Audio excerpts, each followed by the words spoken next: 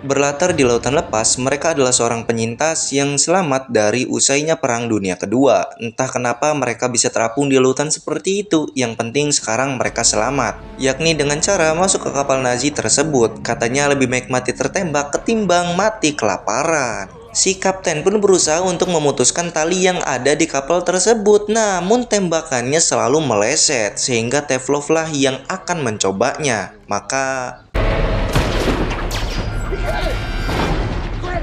tembakannya pun mengenai sasaran sehingga mereka bisa naik. Namun naas bagi kapten yang naik paling akhir, ia terjatuh dan tercincang oleh mesin baling-baling kapal. Oh iya, wanita ini bernama Prescott ya. Di sini adanya sedikit perdebatan antara Sinclair si topi koboi dengan Faraday si intelijen Inggris yang tangannya patah. Namun semua keributan itu berhasil disadarkan oleh Tevlov. Ia berbicara, "Kalian sadar tidak? Dari tadi kalian ribut, tapi tidak ada orang yang keluar dari kapal." Merasa omongannya ada benarnya juga, jadi Tevlov dan Bigelow pun masuk ke ruangan nahkoda untuk memeriksanya. Beginilah keadaan ruang nahkoda, merah menyeramkan. Namun di sini mereka menemukan sosok mayit yang keadaannya sangat idih. Sinclair yang menyusul ke sana pun bingung, ini kenapa dengan mayit ini? Dan Sinclair menyuruh Tevlov dan Bigelow untuk tidak menceritakan ini kepada siapapun. Hanya mereka bertiga sajalah yang tahu. Singkat cerita, mereka pun mulai masuk ke dalam kapal itu dan mereka menemukan seonggok boneka menyeramkan di situ. Entah boneka siapa itu, mereka pun menemukan ruang salin gitu, jadi mereka pun salin baju dulu.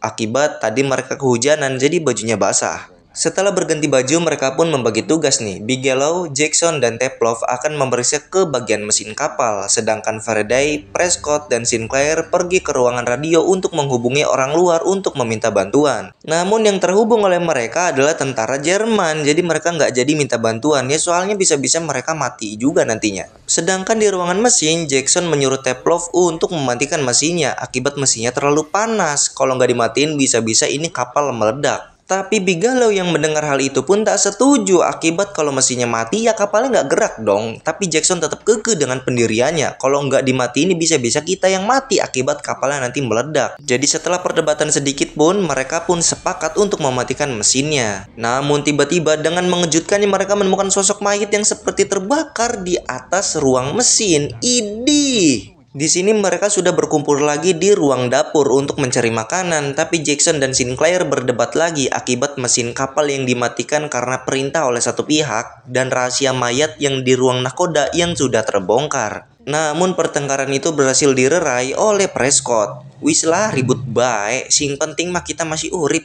lan bisa mangan gitu kan. Tapi tiba-tiba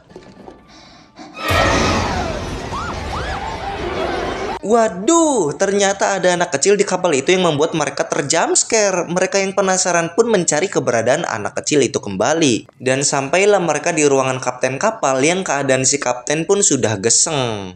Namun ternyata anak itu bersembunyi di bawah meja, yang dimana di saat ingin memberikan bonekanya oleh Prescott, anak itu malah menggigitnya. Namun setelah itu si anak pun dapat ditenangkan oleh Prescott. Dan di sini si anak memaksa Prescott untuk mengikutinya, lantas yang lain pun pada ikut. Ternyata si anak mau Prescott dan yang lain turun ke bawah, katanya keluarganya ada di sana. Jadi si anak ini bukan menggunakan bahasa Inggris ya, entah bahasa apa ya, saya kurang hafal. Pas sampai bawah mereka menemukan mayit geseng lagi dan suara dari balik pintu sebuah ruangan. Ternyata itu adalah suara laki-laki. Dan pas dibuka itu sepertinya tentara Nazi awak kapal ini. Ia berusaha ditenangkan oleh Sinclair, namun pas si Nazi melihat anak itu, ia langsung ketakutan dan menembaki mereka. Sehingga sebagai Jackson ia harus tewas. Si Nazi pun ikut tewas akibat dilempar pisau oleh Tevlov. Di sini Prescott dan Tevlov kembali ke atas untuk mengobati Tevlov yang tertembak, sedangkan Sinclair dan Bigelow memeriksa ruangan yang jadi persembunyian tentara Nazi itu. Di saat mereka membuka salah satu kotak, ternyata itu isinya emas batangan dong. Waduh, sehingga mereka berniat merahasiakan penemuan itu pada yang lain. Dan di sini Bigelow dan Sinclair kembali ke ruangan kapten untuk memahami semua yang ada di situ, termasuk foto-foto dari para tentara Nazi, dan membuka sebuah buku yang bersampul ukiran tengkorak. Jadi salah satu dari halaman buku itu isinya adalah sosok gambar wajah yang menyeramkan. Namun Bigelow kembali ke ruangan itu dan mengambil satu batang emas lalu membuka kotak kayu berukuran besar. Ternyata pas dibuka itu sama seperti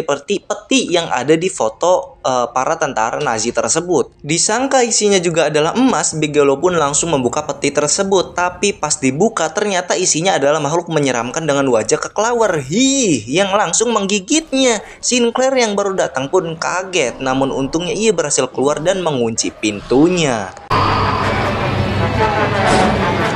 Di sisi lain, si anak yang sedang bersama Prescott pun tiba-tiba berubah menjadi makhluk menyeramkan juga yang langsung menyerang Prescott dan Teplov. Untungnya pas si Prescott sedang terdesak, ia berhasil diselamatkan oleh Teplov.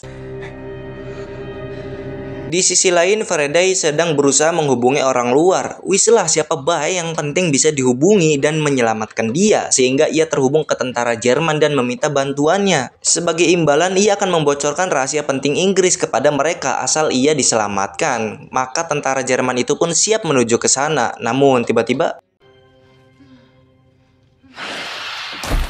sementara itu, Prescott, Teplov, dan Sinclair sedang menonton sebuah siaran di mana di situ terungkap fakta bahwa makhluk itu adalah makhluk yang dikirim oleh Nazi entah mau dikirim kemana. Namun satu dari makhluk itu yakni si anak berhasil lepas yang membuat semua kru kapal mati. Jadi wajar saja tadi tentara Nazi itu seperti ketakutan ketika melihat si anak. Jadi kayaknya yang tadi bangun itu dia adalah bapaknya. Dan pas buku dengan ukiran tengkorak itu dibuka oleh Teplov, ya dilihat oleh Teplov, katanya ini adalah sejenis mayat hidup yang bernama Sigroy. Ya yang kita kenal mah vampir lah, tapi versi monster menyeramkannya, bukan vampir di sinetron GGS ya. Dan sebenarnya Sigroy itu hanyalah sebuah dongeng untuk menakuti anak-anak saja. Tapi loh, kok kenapa ada di dunia nyata juga? Sementara itu Strigoi akan membangunkan istrinya. Tuh kan bener, jadi dia itu bapaknya dan istrinya adalah emaknya. Sementara itu Teplov CS berhasil menemukan Faraday, tapi ternyata Faraday sedang dikendalikan oleh Strigoi. Akibat tadi digigit oleh si anak. Jadi kalau si anak udah menggigit mangsanya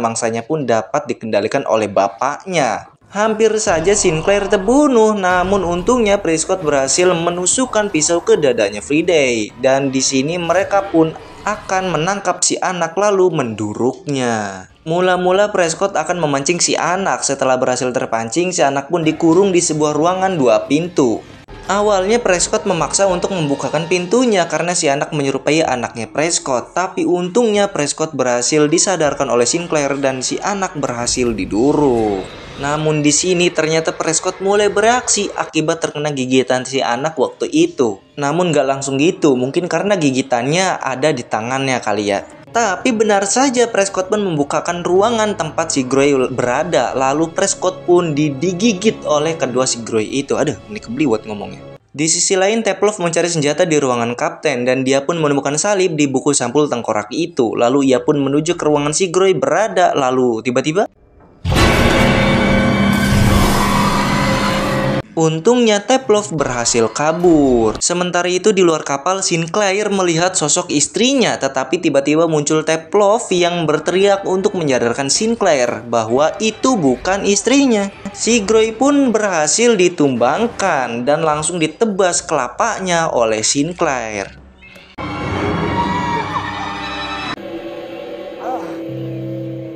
Di sini mereka pun berniat meledakkan kapal ini dengan amunisi yang ada, maka mereka pun menuju ke tempat amunisinya tersimpan. Pas pintunya dibuka,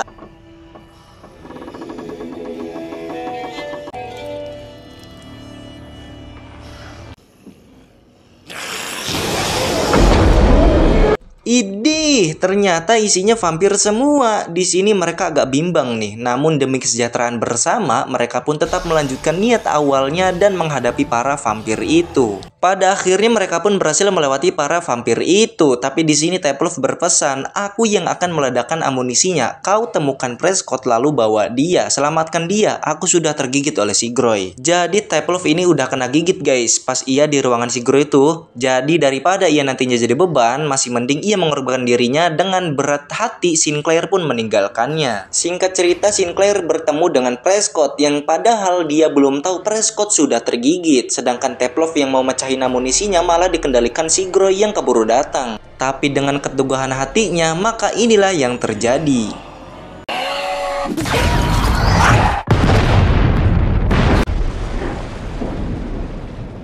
Prescott pun hampir tenggelam dan tapi untungnya diselamatkan oleh Sinclair dan sekarang Sinclair dan Prescott pun terapung di air, tetapi